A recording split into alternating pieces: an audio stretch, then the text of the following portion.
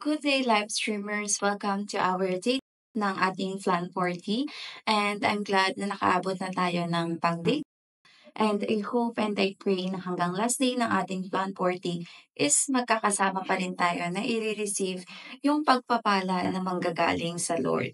So, ang pag-uusapan natin ngayon is about sa mga struggles natin sa buhay na minsan hindi na natin alam kung paano tatakasan, especially ngayon na nasa time tayo ng Plan 40, maraming trials, struggles, pati pressure.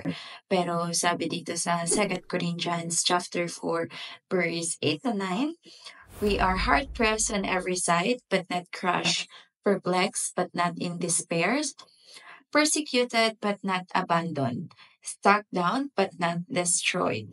So, alam naman natin na si Paul yung sumulat nitong book na ito. So, itong book na to is encouragement niya sa mga taga-Corinth who were facing persecution and hardship for their faith.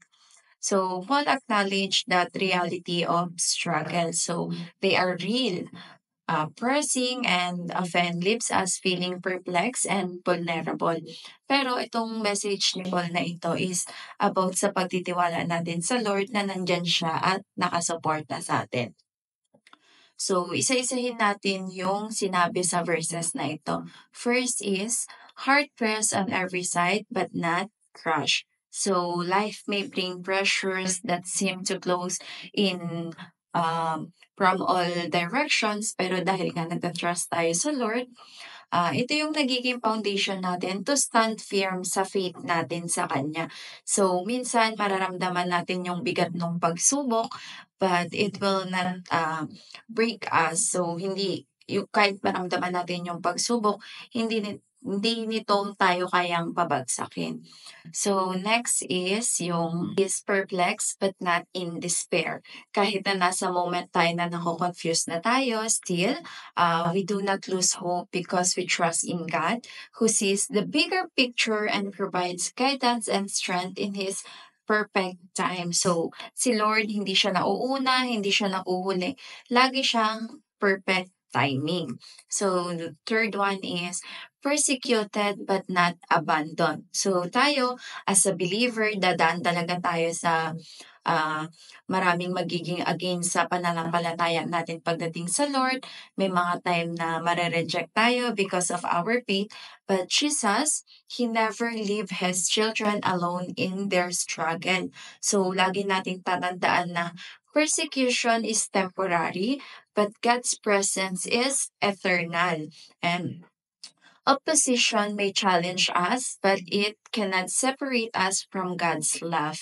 As His children, we are secure, supported, and strengthened by the one who will never leave or abandon us. Diba? So, si Lord, kahit ano yung pagsubok na pagdaanan natin, never niya tayong iiwan. Siya yung yung magiging foundation natin, yung magiging sandalan natin. Kasi siya lang yung never tayong i-abandon. Siya yung never niya na mangiiwan sa atin. And last is yung struck down but not destroyed. So, minsan talaga dadaan tayo sa struggle na mismong pababagsakin tayo. Pero sabi nga 'di ba, life's blow may knock us down temporarily, but they cannot destroy us because God's power is greater than any opposition or trials or kahit ano pang struggle yan ah, hindi hindi tayo kayang i-destroy kasi nga ang pinaka-foundation natin is si Lord. So siya yung pinakamatibay na magiging foundation natin sa lahat ng kakaharapin natin.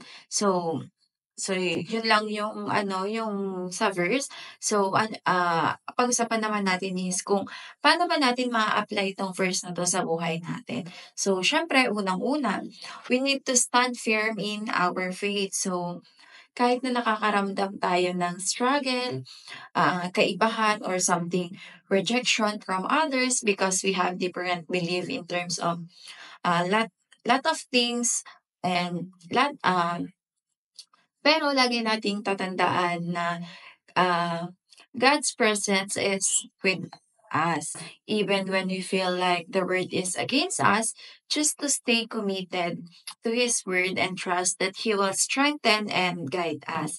So, second is find comfort in God's presence. So, pag nasa moment na tayo na feeling natin mag-isa tayo or nahihirapan tayo, always remind ourselves na yung mga promise ng Lord na He will never leave us. So, pag-pray lang natin, spend time to His Word, to feel His nearness, and draw strength from His unchanging love. So, third one is respond with love and grace. So, tayo as a Christian or believer na ng Lord, dapat we respond differently, lalo na pag nakakaranas tayo ng persecution, opposition, o kaya hindi na maganda yung nagiging treatment sa atin, hindi na maganda yung pinapakita sa atin. So, as a follower of Christ, we are called to respond differently. So, dapat mag-response tayo, isipin natin, always choose love and grace over revenge or anger kasi yung love and yung grace, ito yung yung naka-align sa teaching ng Lord. And lastly, see persecution as a testimony opportunity. So use the challenges na ano na nararanasan natin to reflect yung faithfulness ng Lord. So your response to persecution can inspire others to trust God more deeply and point them towards Christ. So, gamitin natin yung mga pinagdaanan natin as a living testimony na kung gaano kabuti yung Lord, na kung gaano siya kagaling, kung gaano yung love niya sa atin na siya yung nag-iisa, yung kaisa-isa na never tayong iiwan, na never tayong i-abandon, na siya yung palaging nandiyan para iparamdam sa atin na hindi tayo mag-isa. So, ayun, gamitin natin siya as opportunity to give testimony, to inspire others na yung mga yung mga hindi pa naniniwala sa Lord, yung mga hindi pa believer, yung hindi pa Christian, gamitin natin siya as opportunity to testify kung gaano kabuti yung Lord sa buhay ng bawat isa. Na si Lord is never niya talaga tayong iiwan, never niya tayong pababayaan, na lagi siyang nandyan, na minsan akala natin yung mga pinagpe-pray natin o yung mga inaas natin sa Lord is hindi niya ina-answer, hindi niya naririnig, pero hindi. Ano siya, si Lord kasi is, 'di ba sabi nga, He is always on His perfect time. Hindi siya nauuna, hindi siya nahuhuli. Lagi siyang nasa perfect timing. So, yun lang po, and let us pray. Heavenly Father, thank you for the perfect example of love, grace, shown through Jesus Christ. When I face persecution or opposition, help me to respond with patience, kindness, and forgiveness. Give me the strength to resist the urge to retaliate and the courage to show your love even to those who hurt me. Lord, soften my heart so I may pray for those who oppose me and bless them with your peace and truth. Let my action reflect your grace and become a testimony of your goodness in my life. May I walk in obedience to your word and glorify you in all I do. In Jesus' name, amen.